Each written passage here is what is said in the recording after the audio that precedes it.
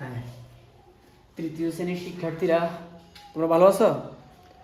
আমরা তোমাদের প্রাথমিক গণিত বই 83 পৃষ্ঠায় একটা সমস্যা আছে, একটু শোনো। স্যার এটা লিখছি, এখান থেকে কি লিখছে একটু শোনো। বন্যায় ক্ষতিগ্রস্তদের সাহায্যের জন্য, এখন তো জানো আমাদের বিশেষ করে নোয়াখালী, লক্ষ্মীপুর, ফেনী, কুমিল্লারও কিছু অংশ বন্যা হয়ে গেল, ঠিক না? অনেকে সাহায্য করছে, মানুষদেরকে আর্থিক এবং বিভিন্ন খাবার বিতরণ করা হচ্ছে। এখন এই বন্যায় যারা ক্ষতিগ্রস্ত হয়েছে তাদের সাহায্যের জন্য 40 জন শিক্ষার্থী, তোমরা যারা শিক্ষার্থী আছো তোমরা 40 জন শিক্ষার্থী প্রত্যেকে 80 টাকা করে দেয়। তাহলে তোমরা প্রত্যেকে মানে কি একজনে, তাহলে একজনে 80 টাকা করেছে, এরকম কজন শিক্ষার্থী দিচ্ছে? 40 জনে। খেয়াল করো কথাটা, প্রত্যেক মানে কি একজনে 80 টাকা করে দিল। তাহলে তাহলে এরকম শিক্ষার্থী হলো কিন্তু 40 জন। তাহলে টাকার পরিমাণ খেয়াল করার কথা, প্রত্যেকে কি 40 জনকে 80 টাকা দিচ্ছে? না, প্রত্যেকে মানে তুমি 80 টাকা দিচ্ছ, অন্যজনও 80 টাকা দিচ্ছে, আরও একজনও 80 টাকা দিচ্ছে, এইরকম 40 জনে 80 টাকা করে দিল। আচ্ছা, আর কি কাজ করছে? এবং তার মধ্যে ওই যে টাকাটা হয়েছে, 40 জনের টাকাটা একসাথে করার পরে যে টাকাটা হলো তা 10 জনের মধ্যে সমানভাবে ভাগ করে দেওয়া হলো। তাহলে তা কী করছে? আবার টাকাটা তুলে এনে এই 40 জনের টাকা একসাথে করে সেটা আবার 10 জনকে সমানভাবে ভাগ করে দিল। আমাদের কাজটা কি? প্রথম কাজ হলো মোট টাকার পরিমাণ কত। মোট টাকার পরিমাণ বলতে গেলে কী বোঝাচ্ছে? ওই যে প্রত্যেকে 80 টাকা করে দিল, এরকম কতজন? 40 জন। তাহলে টাকাটা কত টাকা হলো? কত টাকা হলো?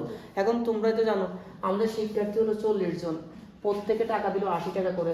তাহলে এরকম 40 40 40 80 জন শিক্ষার্থী এসে এসে সবাই 40 টাকা 40 টাকা 40 টাকা করে দিচ্ছে না? হ্যাঁ, এখন আমি কি 40 80 বার লিখবো, না আমি 40কে 80 দিয়ে গুণ দিলে হয়ে যাবে? 40কে 80 দিয়ে গুণ দিলে হবে। তাহলে আমার যোগ করেও কাজটা করা যাবে, গুণের মাধ্যমেও কাজটা করা যাবে। কিন্তু যোগ করলে তো তুমি তো জানো 40 40 40 এবং 80 বার লিখে যোগ করতে হবে। তাহলে আমরা যোগের সংক্ষিপ্ত রূপ হলো কি? গুণ। গুণের মাধ্যমে আমরা অতি দ্রুত কাজটা করে ফেলতে পারি। তাহলে আমরা এখন কি লিখবো বলো? আমরা প্রথম লাইনটা কি লিখবো? কয়ে আমরা লিখবো প্রত্যেক মানে কি একজনে। তাহলে হ্যাঁ, তাহলে একজন শিক্ষার্থী দেয় কত টাকা বলো?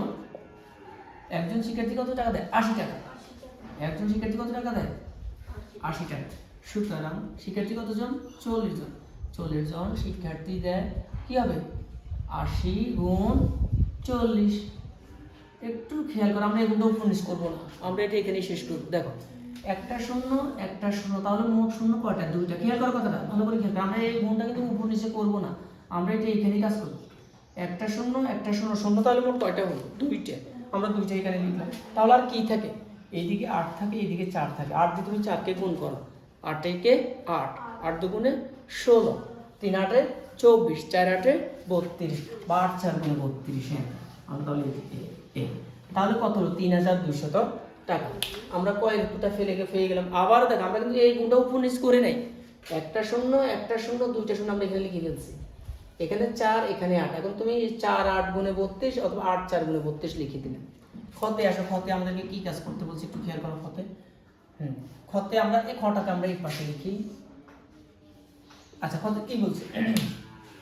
প্রত্যেকে কত টাকা করে পান? আচ্ছা, প্রত্যেকে বলতে আমাদের টাকার পরিমাণ কত? 3200। আমাদের টাকার পরিমাণ কত? 3200। তাহলে প্রত্যেকে মানে কি একজনে। তাহলে এই 3200 টাকা কয়জনকে দেওয়া হয়েছে? 10 জনকে। কয়জনকে দেওয়া হয়েছে? 10 জনকে। তাহলে আমাদের তাহলে এখন আমরা জানলাম 10 জনকে দেওয়া হয় 3200। তাহলে প্রত্যেকে তো বাইরে করতে বলছে, একজনকে দেওয়া হয় কত? তাহলে একজন কি 3200 টাকা কি একজনকে দিয়ে দিচ্ছে?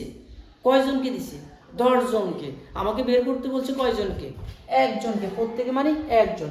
আমরা তাহলে এই লাইনটা এইভাবে লিখবো, 10 জনকে দেওয়া হয়। 10 জনকে সমানভাবে দেওয়া হচ্ছে। আমরা এতে 10 জনকে দেওয়া হয়। 10 জনকে দেওয়া কত দিচ্ছে? 10 জনকে বলো, ওই যে কত টাকা উঠছে? 3200 টাকা। আবার একটু খেয়াল করো, এই 3200 টাকা আমরা কোথায় পেলাম? এখানেও নাই, এখানেও নাই, এখানেও কোথায় পেলাম? আমরা এটা কতে পেলাম? যখন আমরা কয়ের উত্তরটা বের করছি 3200 টাকা, আমরা এখান থেকে এখন এখানে লিখছি।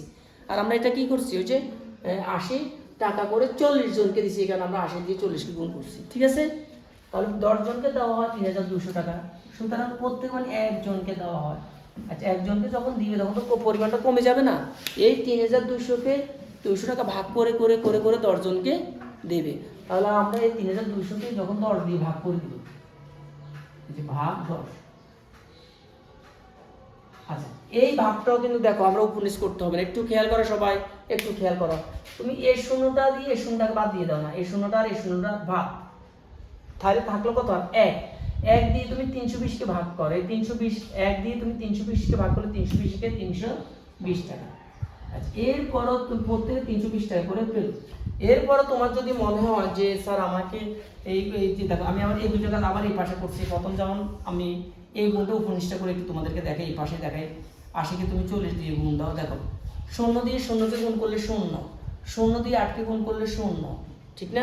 এবারে আমাদের এককের ঘরের কাছে একটা 0, 4 দিয়ে 0 কে গুণ করলে 0, আমরা তো জানি শূন্যের কিছু নিয়ম আছে, 0 দিয়ে 0 কে গুণ করলে 0, সংখ্যা দিয়ে 0 কে গুণ করলে 0, 0 দিয়ে সংখ্যা গুণ করলে 0, আর 4 দিয়ে 8 কে গুণ করো, 4 8 32, 0 0 2 3, তাহলে এইগুলো একটা 3200 টাকা যেটা। এবার এই ভাগটা একটু বুঝো, অনেকে দেখা যায় ওইভাবে বুঝে না, একটু খেয়াল করো, তারা এইভাবে একটু দেখো। হ্যাঁ, প্রথম একটু খেয়াল করো সবাই, এখানে দুইটা অঙ্ক, এখানে আমরা দুইটা অঙ্ক নিব, দুইটা অঙ্ক নিলে আমাকে কি পর্যন্ত নিতে হবে? 32 পর্যন্ত নিতে হবে, ঠিক আছে? আমরা এখন 32 পর্যন্ত ভাগ দিব, আমি পুরোটা দিব না। তাহলে এখানে 32 বড়, ভাগ 4, কয় বার যায়? 3 বার যায়, 3 10 30। আমি যদি 4 বার দিই, 4 বার তো যায় না, 4 10 40, বিয়োগ করো 2। এবার আমরা এই শূন্য এখানে নামলাম, কত হলো? 20 হলো, তাহলে 10 নামটা 20 মানে 2 বার যায়, দেখো 10 দুগুণে 20, থাকলো কি? শূন্য, এই শূন্যটা এখানে নামলাম। এখন আর তো কোনো সংখ্যা নাই, তাহলে 0 থেকে 10 দিকে 0 কে আর ভাগ যায় না, আগে আমরা কি দেবো? এখানে একটা 0 দিয়ে দিব, এখানে একটা 0 দিয়ে দিব, এখানে একটা 0, তাহলে কত হলো? 320।